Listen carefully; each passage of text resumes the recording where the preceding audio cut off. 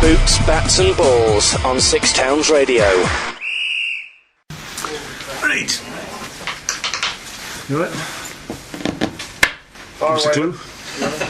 No Sky? Right. No Sky, they're busy. Mark, how much do you think the team missed the steady hand of Robert Huth on Saturday?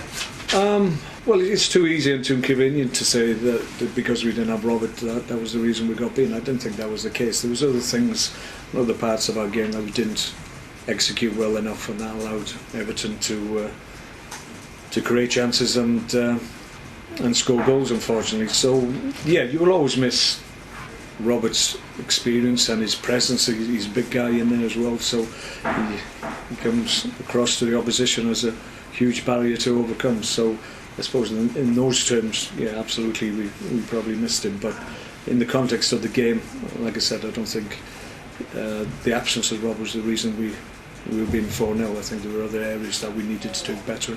What was the news again? How soon will he be back? Well, we're hoping it's going to be sooner rather than later. 3 to 4 weeks if we're very lucky, I think. But knowing Robert continues to surprise me in terms of how well he gets back from little niggles, and he will always put his hand up, and if there's any opportunity to play, he will always offer his services, and that's a great trait that he has. I think probably maybe in the past it's been to his detriment because he's probably played and compromised himself, but he's a great player to have in the squad, and when he's available and when he knows that he can do himself justice and the team justice, then he will put his hand up.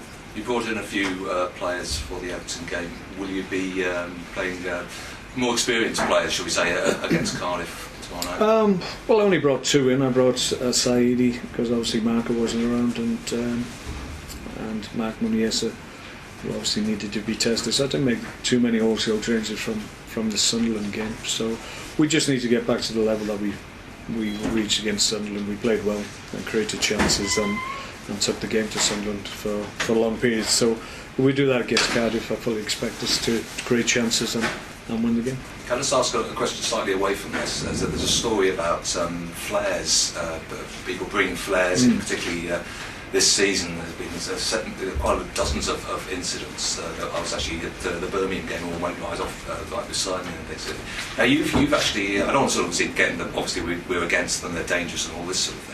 But you've actually played obviously at top level in Europe, in big stadiums with a lot of people and these flares going off. You know, what effect does it have on you as a player? Is it a major distraction, or is it just part of the atmosphere? You just get on. If I'm honest, from a personal point of view, it never bothered me as a player. But I think the consequences of it, you have to be really careful. I seem to recall with some horror a Welsh game where a flare was set off and somebody lost his life a few years ago at the Old Arms Park. So there's a potential for a real tragedy if you bring these type of things into grounds, because it's happened before. So we need to really jump on it and stop it happening. I'm all for great atmospheres and creating and enhancing the atmosphere in any ground, but you don't have to do it with flares. Thank you. Okay.